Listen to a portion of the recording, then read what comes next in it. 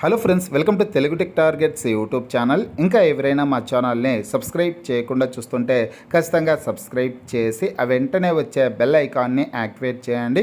Friends, Andhra Pradesh రాష్ట్రంలో జిల్లా court ఉద్యోగాల రాత పరీక్షకు ఉపయోగపడేటటువంటి మోస్ట్ ఇంపార్టెంట్ క్వశ్చన్స్ని ఈ వీడియో ద్వారా తెలుసుకున్నామండి. ఈరోజు పత్రికాముఖంగా వచ్చినటువంటి లేటెస్ట్ కరెంట్ అఫైర్స్ అప్డేట్స్ని అయితే ఈ వీడియో ద్వారా తెలియజేస్తాను. ఫ్రెండ్స్, లేటెస్ట్ కరెంట్ అఫైర్స్ నుంచి దాదాపు 15 ప్రశ్నల వరకు వచ్చేదానికి అవకాశం అయితే ఉంటుందన్నమాట జిల్లా కోర్టు ఉద్యోగాల రాత పరీక్షల్లో, అన్ని రకాల పరీక్షల్లో కూడా. కాబట్టి ప్రతి ఒక్కరు ఈ వీడియోని ఎండ్ వరకు చూడండి ఫ్రెండ్స్. అలాగే ఒక పెన్ను పేపర్ తీసుకొనేసి నేను చెప్పే ముఖ్యమైన పాయింట్స్ని నోట్ చేసుకునే ప్రయత్నం అయితే చేయండి. పూర్తి వివరాల్లోకి వెళ్లే ముందుగా ఫ్రెండ్స్, ఆంధ్రప్రదేశ్ జిల్లా కోర్టు హైకోర్టు ఉద్యోగాలకు సంబంధించినటువంటి ఫుల్ కోర్స్ని తెలుగు విద్యార్థి యాప్ ద్వారా కేవలం 499 రూపీస్కే అందించడం జరుగుతోంది. హైదరాబాద్లోని సీనియర్ మోస్ట్ ఫేమస్ ఫ్యాకల్టీస్తో క్లాసెస్ ఉంటాయండి. ఈ కోర్సులో వీడియో క్లాసెస్ ఉంటాయి, మీరు ప్రాక్టీస్ చేయడానికి టెస్టులు ఉంటాయి, మీరు ప్రిపేర్ అవ్వడానికి పీడిఎఫ్ ఫైల్స్ కూడా ఉంటాయి. అవన్నీ కలుపుకొని కేవలం 499 రూపీస్కే అందించడం జరుగుతుంది. యాప్కి సంబంధించినటువంటి లింక్ ఈ వీడియో కింద డిస్క్రిప్షన్లో ఇచ్చాను. ఆ లింక్పై క్లిక్ చేసి యాప్ని మీ మొబైల్లో ఇన్స్టాల్ చేసుకొని మీ మొబైల్ నెంబర్ ద్వారా లాగిన్ అయినట్లయితే ఫస్ట్ పేజ్లో క్రింద వైపున స్టోర్ అనేసి ఒక ఆప్షన్ ఉంటుంది. ఆ ఆప్షన్పై క్లిక్ చేసినట్లయితే యాప్లో ఉన్నటువంటి మొత్తం కోర్సెస్ అన్నీ కనిపిస్తాయి. తర్వాత మీకు కావాల్సినటువంటి కోర్స్పై క్లిక్ చేసి ఆ కోర్సుకు సంబంధించినటువంటి కంటెంట్ అంతా చెక్ చేసుకొని బై నౌ అనే ఆప్షన్పై క్లిక్ చేసి కోర్స్ని బై చేసుకోవచ్చు. ఫ్రెండ్స్, ఈరోజు పత్రికాముఖంగా వచ్చినటువంటి కరెంట్ అఫైర్స్ అప్డేట్స్ అయితే ఒకసారి చూద్దామండి. ఈరోజు ఉదయం అయితే నేను ఒక వీడియో అయితే చేశాను. జిల్లా కోర్టు ఉద్యోగాలకు సంబంధించి ప్రీవియస్ పేపర్ 2 అనే థంబ్నెయిల్తో ఆ వీడియో అయితే ఉంటుందన్నమాట. 15 మార్కులు సులభంగా పొందే మార్గం అనేసి ఆ థంబ్నెయిల్లో చూపించాను. ఖచ్చితంగా ఆ వీడియోని చూసినట్లయితే కరెంట్ అఫైర్స్ నుంచి ఎన్ని ప్రశ్నలు వస్తాయి, లేటెస్ట్ కరెంట్ అఫైర్స్ నుంచి ఎన్ని ప్రశ్నలు వస్తాయి అనేసి మీకు ఒక అవగాహన అయితే కలుగుతుందన్నమాట.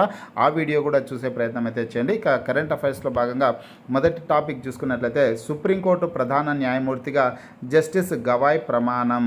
రాష్ట్రపతి భవన్లో కార్యక్రమం, హాజరైన ప్రధాని, కేంద్ర మంత్రులు అనేసి ఇక్కడ ప్రముఖ హెడ్లైన్స్తో ఈ న్యూస్ అయితే రావడం జరిగిందండి. ఫ్రెండ్స్, సుప్రీంకోర్టు 52వ ప్రధాన న్యాయమూర్తిగా జస్టిస్ గవాయ్ గారు, జస్టిస్ భూషణ్ రామకృష్ణ గవాయ్ గారు నియమితులు కావడం అయితే జరిగిందనమాట.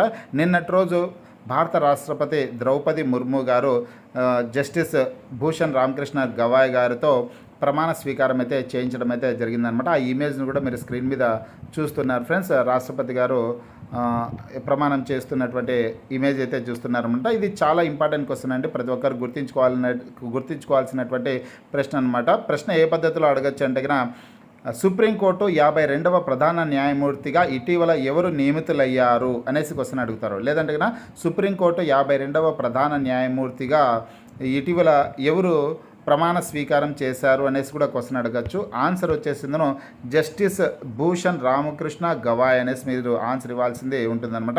ఒకవేళ ఆప్షన్స్లో జస్టిస్ బిఆర్ గవాయ్ అనే ఆప్షన్ ఉన్నా కానీ, బిఆర్ అంటే కన్నా భూషణ్ రామకృష్ణ గవాయ్ అనమాట, బిఆర్ గవాయ్ ఉన్నా కానీ మీరు ఆన్సర్గా గుర్తించాల్సింది ఉంటుందండి.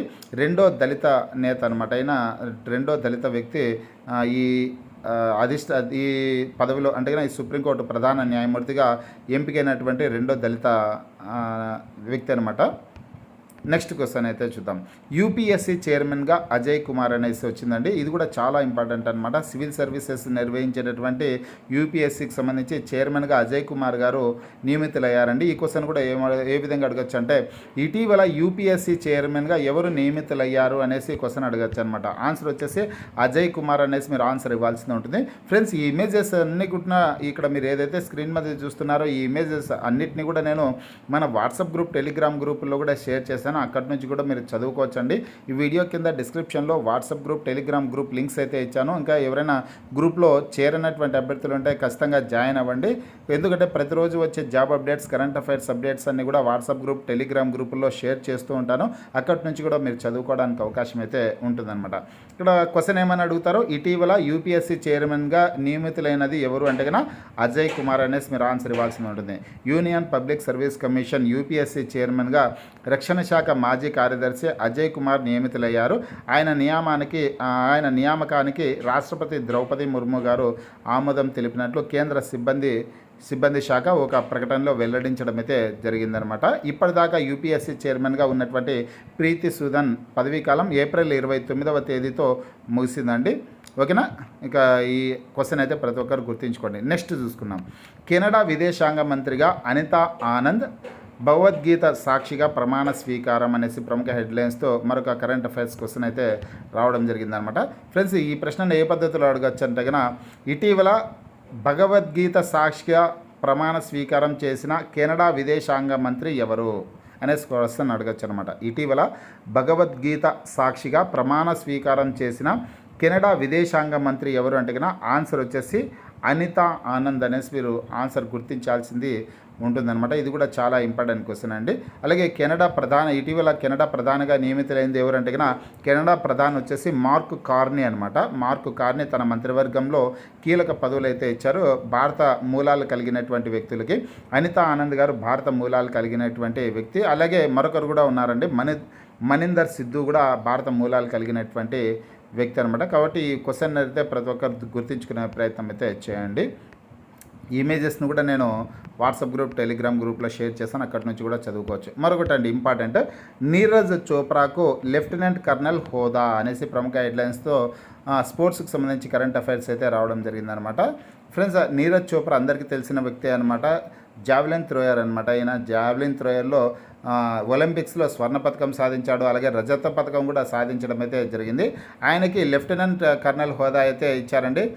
టెరిటోరియల్ ఆర్మీలో లెఫ్టినెంట్ కర్నల్ హోదా అయితే ఇవ్వడం జరిగిందనమాట. ఖచ్చితంగా ఈ విషయాన్ని కూడా గుర్తుంచుకునే ప్రయత్నం అయితే చేయండి. ఈ క్వశ్చన్ ఏ పద్ధతిలో అడగచ్చు అంటే కనుక, ఇటీవల టెరిటోరియల్ ఆర్మీలో లెఫ్టినెంట్ కర్నల్గా గుర్తింపు పొందినటువంటి భారత జావెలిన్ థ్రోయర్ ఎవరు అనేసి క్వశ్చన్ అడగచ్చు అనమాట. ఇటీవల టెరిటోరియల్ ఆర్మీలో లెఫ్టినెంట్ కర్నల్గా హోదా పొందినటువంటి భారత జావెలిన్ థ్రోయర్ ఎవరు అనేసి క్వశ్చన్ అడిగితే కనుక నీరజ్ చోప్రా అనేసి మీరు ఆన్సర్ ఇవ్వాల్సింది ఉంటుందన్నమాట. ఇక్కడ పూర్తి సమాచారం కూడా ఇచ్చారు.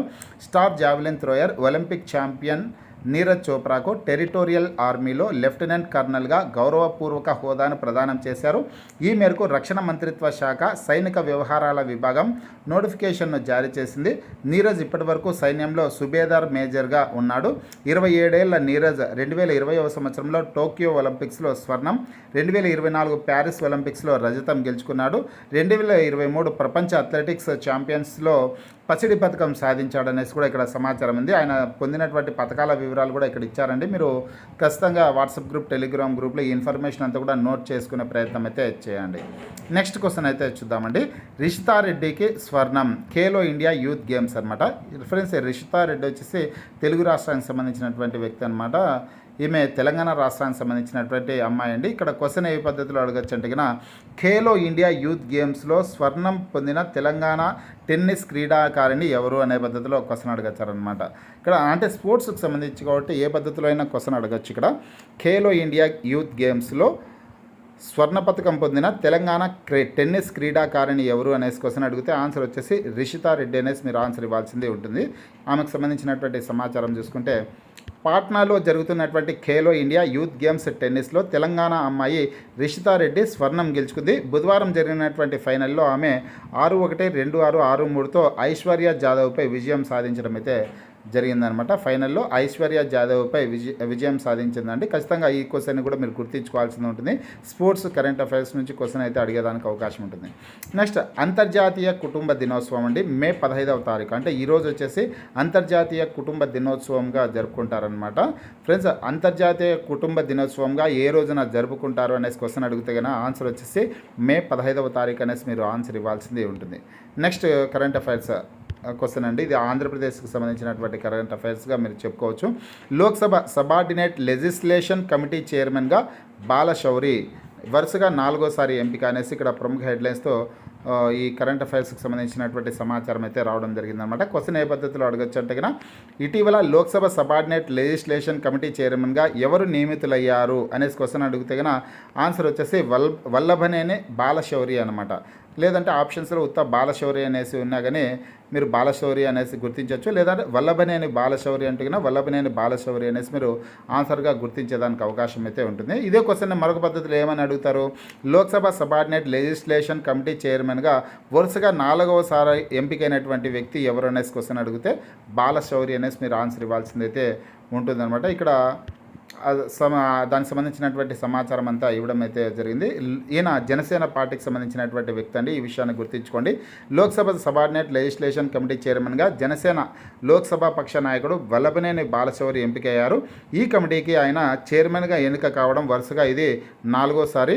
15 మందితో కూడిన ఈ కమిటీలో సభ్యులుగా తెలంగాణకు చెందినటువంటి మెదక్ ఎంపీ మాధవినేని రఘునందన్ రావు, అలాగే కార్తీ పి చిదంబరం, ఏ రాజా, మహువా మోయిత్రా తదితరులు సభ్యులుగా వ్యవహరించనున్నారనేసి సమాచారం అయితే ఉంది. ఇవండి లేటెస్ట్ కరెంట్ అఫైర్స్ అప్డేట్స్ అనమాట. అలాగే కరెంట్ అఫైర్స్కి సంబంధించి నిన్నటి రోజు పత్రికాముఖంగా వచ్చినటువంటి మరొక ఇంపార్టెంట్ కరెంట్ అఫైర్స్ క్వశ్చన్ అయితే ఉందన్నమాట. ఇక్కడ స్పోర్ట్స్కి సంబంధించినటువంటి కరెంట్ అఫైర్స్ క్వశ్చన్. అత్యంత విజయవంతమైన భారత టెస్ట్ కెప్టెన్గా పేరొందిన విరాట్ కోహ్లీ ఆ ఫార్మాట్ నుంచి రిటైర్ అవుతున్నట్లు 2025 మే 12న ప్రకటించారు. 2024లో టీమిండియా T20 ప్రపంచ కప్ గెలపడంలో కీలక పాత్ర పోషించినటువంటి కోహ్లీ ఆ తర్వాత ఆ ఫార్మాట్ నుంచి రిటైర్ అయ్యాడు. ఇక అతడు వన్డే ఫార్మాట్లో మాత్రమే ఆడతాడనమాట. ఆయన మొత్తం ఎన్ని టెస్టులు ఆడాడంటే 123 టెస్టులు అయితే టీమిండియాకు ప్రాతినిధ్యం వహించడం అయితే జరిగిందనమాట. 123 టెస్టుల్లో 9230 పరుగులు అయితే చేశాడు. అందులో 30 శతకాలు అయితే ఉన్నాయండి. ఇది కూడా చాలా ఇంపార్టెంట్ క్వశ్చన్, ప్రతి ఒక్కరు గుర్తుంచుకోండి. ఇటీవల టెస్ట్ ఫార్మాట్కు రిటైర్మెంట్ ప్రకటించిన విరాట్ కోహ్లీ మొత్తం ఎన్ని పరుగులు చేశారు టెస్ట్ ఫార్మాట్లో అంటే కన్నా 9230 పరుగులు అనేసి ఆన్సర్ ఇవ్వాలి. ఒకవేళ ఎన్ని శతకాలు చేశారంటే 30 శతకాలు అయితే చేయడం జరిగిందనమాట. ఆస్ట్రేలియా పర్యటనలో సిడ్నీలో ఆడిన 5వ టెస్టే కోహ్లీకి చివరి టెస్ట్ అనమాట. ఫ్రెండ్స్, ఇవన్నీ కూడా నేను ఈ ఇమేజెస్ అన్నింటినీ కూడా వాట్సాప్ గ్రూప్, టెలిగ్రామ్ గ్రూపుల్లో షేర్ చేస్తాను. అక్కడి నుంచి కూడా మీరు చదువుకోండి. మీకు ఈ వీడియో నచ్చినట్లయితే లైక్ చేయండి, షేర్ చేయండి.